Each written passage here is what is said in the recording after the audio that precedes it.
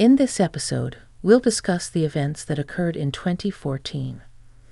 31-year-old Carly McBride disappeared under mysterious circumstances after visiting her ex-boyfriend's house. After receiving a missing person report, the police began an investigation. However, it took the authorities almost 2 years to answer the question, where did Carly disappear to? Carly was born on April 14, 1983, to Steve McBride and Lorraine Williams. She was a cheerful, outgoing child with a close relationship with her parents. Growing up, Carly started experiencing more problems, including struggles with alcohol and substance abuse. Nevertheless, she made efforts to overcome these harmful addictions. In 2014, Carly was a 31-year-old woman living in Belmont, New South Wales, Australia. She was a mother of 2, 7-year-old son William and 3-year-old daughter Cadence. Her children were from different men, though no specific information about her former partners is available. However, we know that Andrew Easton, Cadence's father, was one of the last people to see Carly. In 2013, Carly checked into a rehabilitation center to overcome her addiction. There she met Sale Kenneth Newson, with whom she developed a close relationship. From August 2014, Carly and Sale began spending most of their time together, and although they had occasional fights, they appeared happy. On September 30, 2014, Sale took Carly to Muswellbrook, where her daughter Cadence lived with her father, Andrew. Carly arrived at her former partner's house around 12:30 p.m. and planned to stay for a few hours. Sale didn't stay with her, but they agreed he would return in a few hours. However, when Sale came to pick Carly up, she was nowhere to be found. Andrew claimed they argued, and Carly had left, intending to walk to a nearby McDonald's about 20 minutes away. Concerned that Carly hadn't called him, Sale began calling her himself. After failing to reach her, he drove around, hoping to find her waiting somewhere. However, Carly was nowhere to be seen, not even at McDonald's. When she didn't return to Belmont that evening, Sale contacted the police. Sale recounted the day's events, mentioning how Carly would typically turn around, wave, and call or text him to let him know she was okay. But that day, he received no communication from her. When Sale arrived to pick her up at 4:30 p.m., Andrew told him that she had left on foot earlier. Undoubtedly, questions arose. Did Carly leave her ex-partner's house, or was Andrew hiding something? Andrew was reportedly the last person to see her, but no other witnesses could confirm she left his house. Police interviewed neighbors and locals along the route Carly would have taken to McDonald's, but no one reported seeing her. Unfortunately, there were no surveillance cameras near Andrew's house to verify his account, and McDonald's surveillance footage showed no evidence that Carly had been there. Police conducted searches behind nearby residential areas, but found nothing remarkable.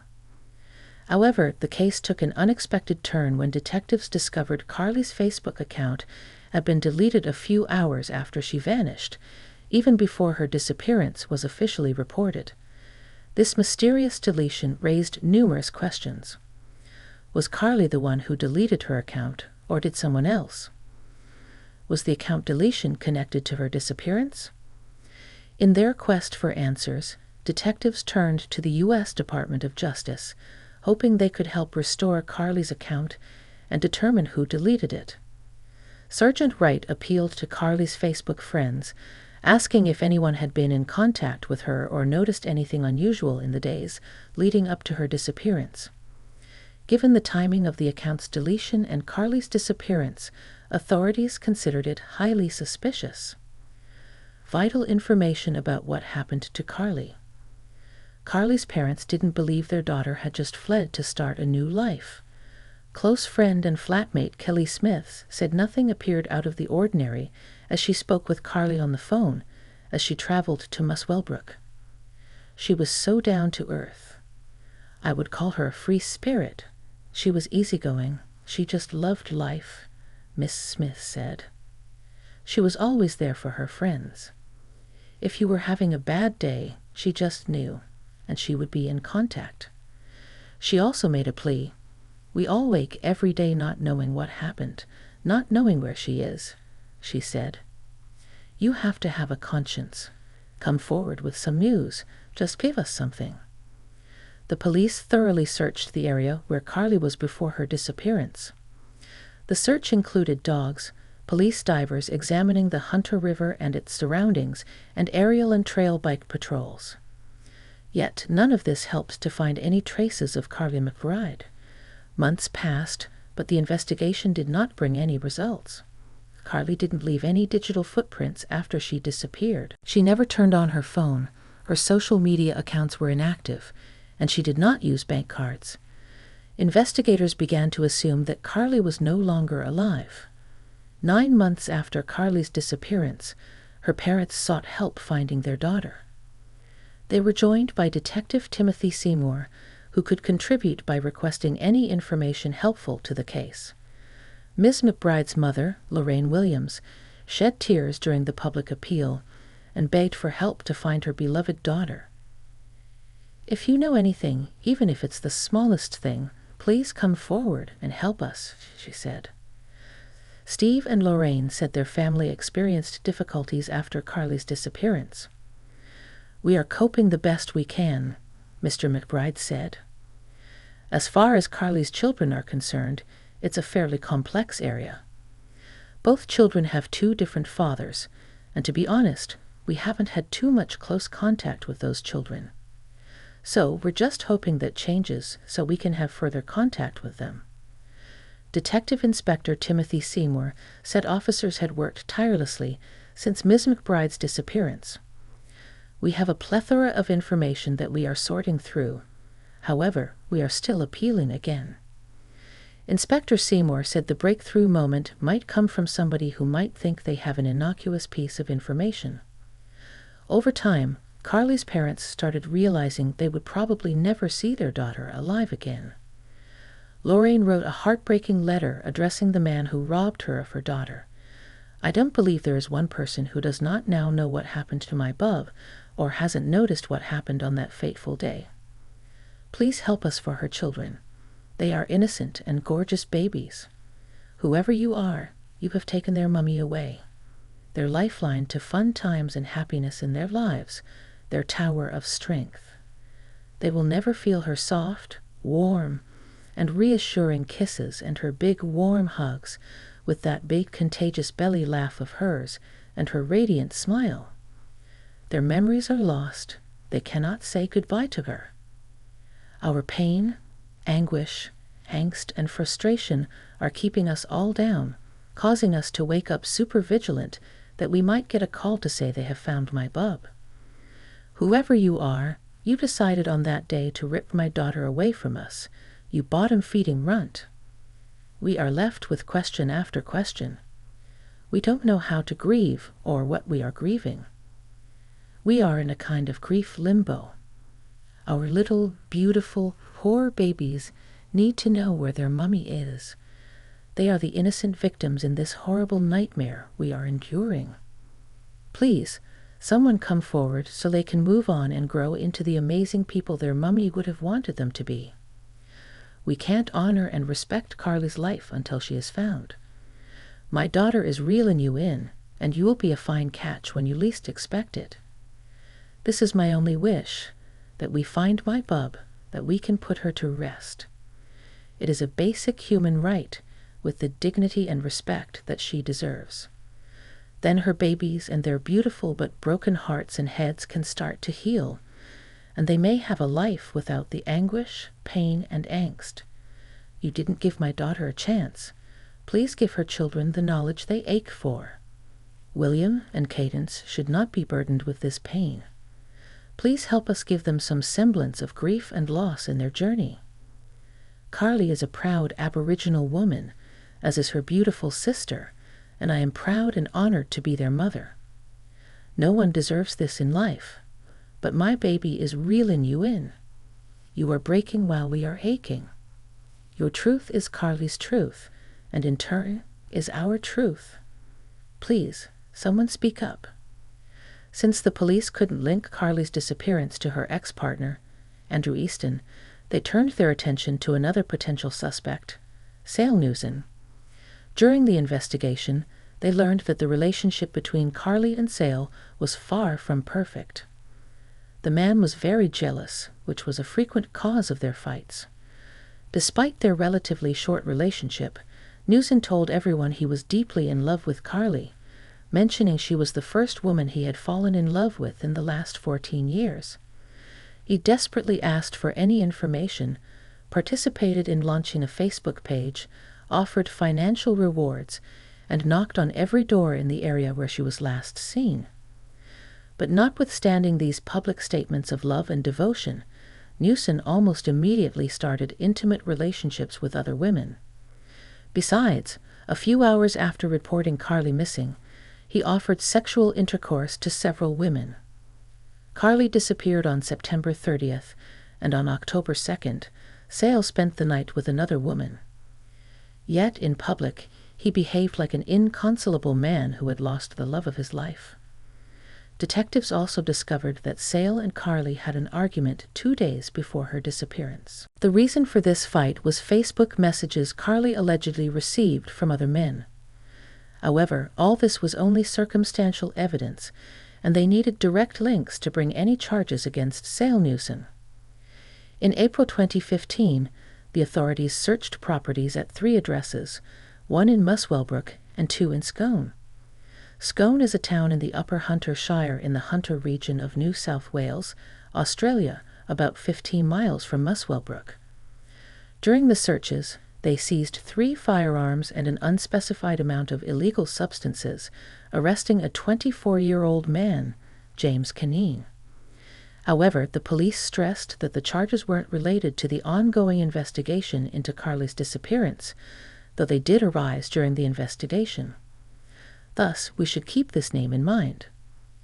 Almost 2 years passed since Carly was last seen alive, and police continued to investigate, but found no new clues to solve the case. Then suddenly, there was a breakthrough. On August 7, 2016, in a rural area near Scone, 2 local pedestrians found remains in a shallow grave just a few feet from the road.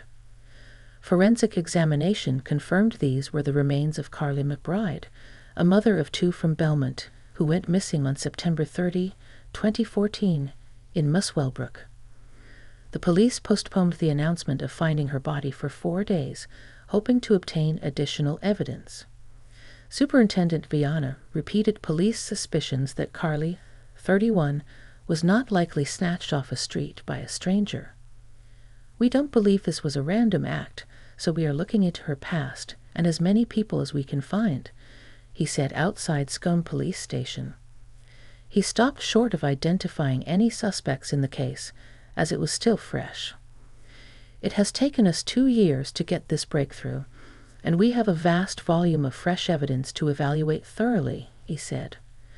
"We've put a lot of work into this over the past 2 years, and the team is pretty keen to solve this for Carly's family.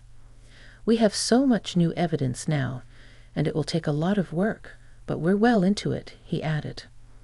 The heartbroken parents spoke through tears about their desperate need for answers. "Please come forward with anything," Lorraine sobbed. "We still need to know who did this to my baby." The couple said they now had some closure with her body being found, and were extremely grateful for the police and public help in finding their lost daughter. For 10 months, investigators carry out extensive work, resulting in an arrest warrant for Sale Newson on June 19, 2017. He was arrested and taken to a police station, where he denied involvement in Carly McBride's death. However, Sale Newson wasn't the only one to face charges. Police believe 26-year-old James Canine helped Newson dispose of Carly's body. Sale, Carly, and James Canine had met in a rehabilitation center for addiction to alcohol and illegal substances. Each left the center at different times, but they stayed in touch. Sale Newson's trial began in August 2018 and extended over several years due to only circumstantial evidence. Prosecutors alleged that Newson met Carly after she left her ex-partner's house, struck her several blows to the head and back in a jealous rage, and disposed of her body. Forensic experts determined Carly McBride died from multiple blunt force trauma, suffering 23 skull fractures, 13 torso fractures, and spinal and rib fractures. The judge concluded Carly McBride suffered blunt force at Newson's hands before her death. Judge Erase noted how Newson had told police he was a skilled mixed martial arts fighter, primarily trained in Thai boxing. "I had 20 fights and 20 wins. I trained alongside world champions, but when I got really good, I got too old," he told police. The judge stated the cause of death was severe trauma to the brain due to a high degree of force applied to the head. He was satisfied that the offender caused death by fists, feet, or objects. While searching Newson's house, police found a map in a shoebox under the bed, with a drawn circle around Muswellbrook and Scone. Carly's remains were found within this radius. The map also had numbers 1, 2, and 3 marked at locations outside Muswellbrook, with Senior Constable Mohini noting the first 2 numbers matched point-to-point camera locations. After Carly's remains were found in 2016, Newson called her father, Steve, and mentioned the skeleton was missing hand bones, yet police had never disclosed this information. The only people who knew were the police, Carly's parents, and the Department of Forensic Medicine at John Hunter Hospital. Authorities believed Newson knew this detail because he was familiar with the crime scene and likely placed Carly's body there. Moreover, the clothes found on Carly's remains matched what she wore the day of her disappearance, suggesting she died shortly after leaving her former partner's house. The police couldn't find her purse and phone. When they searched Newson's mobile phone, they discovered he had deleted Google location services between September 18th and October 2nd, 2014. During the trial, investigators learned that a photo of Carly, taken by Newson on the way to Muswellbrook and later used in missing person flyers, was edited and cropped even before the police received the report of her disappearance. When the search for Carly began, Newson offered a $20,000 reward for information about her whereabouts. However, his bank account showed he was broke, meaning he offered the reward only because he knew no one would ever find her, so he wouldn't have to pay. Newson inserted himself into the investigation from the start, trying to deflect suspicion onto others and attempting to gather information on where the police and emergency services would be searching. He canvassed neighboring streets, searching for CCTV or witnesses, not to find information, but to suppress it and see if anyone had seen him with Ms. McBride. While volunteers and police searched around Muswellbrook and handed out missing person flyers, Newson was in Sydney, messaging friends about driving an Audi R8. Newson also claimed to know the area where Ms. McBride was found, like the back of my hand, describing it to Carly's father, Steve McBride, despite only having seen footage of a staged crime scene set up by police. The more investigators looked into him, reviewing his Facebook messages, phone calls, and search history, the more suspicious he appeared. They found he had searched for ways to delete a Facebook account. Carly's account was deleted shortly after, while his remained active. Though the evidence was circumstantial, the prosecutor stated that the puzzle pieces began to form a clear picture. Eventually, these pieces built an irrefutable case, ruling out other explanations for Carly's disappearance and leading to the discovery of her body about 82 feet from the roadside. The judge concluded that Newson's motive for the brutal, unplanned attack on Carly was jealousy. After picking her up from Muswellbrook, he learned she had spent about 90 minutes with her ex-partner instead of her daughter, as planned. This discovery allegedly drove him to attack Carly in a jealous rage. Ms. McBride's mother, Lorraine Williams, shared in court that she had lived in a blur of grief and anxiety for 2 years, hoping for her daughter's return. Instead, she tearfully recounted her pain upon seeing Carly in the morgue, describing it as the worst day of my life. Lorraine added, "Carly should be here, living her life with her children, her sister, her father, and me." After the trial, she declared, "I never want to see or hear from the man who took my daughter's life ever again." Almost 7 years after reporting Carly missing, 43-year-old Newson was found guilty in December 2021. He was sentenced to 27 years in prison, with parole eligibility in 2038. After sentencing, he turned to the judge, restating his innocence, saying, "Your Honor, I'm innocent. I've been compliant with the police, the courts, the jails, everything, and I've been found guilty of a crime I did not commit." James Cunning, who helped Newson dispose of Carly's body, initially denied his guilt, but in July 2022, a jury also found him guilty. The judge noted that Cunning lied in 3 police interrogations to create a false alibi for Newson and deleted data to cover his tracks. Although a photo of Cunning was unavailable, records showed he was already serving time for illegal weapons possession and drug offenses. In November 2022, Cunning, then 31, showed little reaction when sentenced to 7.5 years, with a 4-year parole period. After the trial, Carly's parents stated that while justice had been served, nothing could ever bring back their beloved daughter.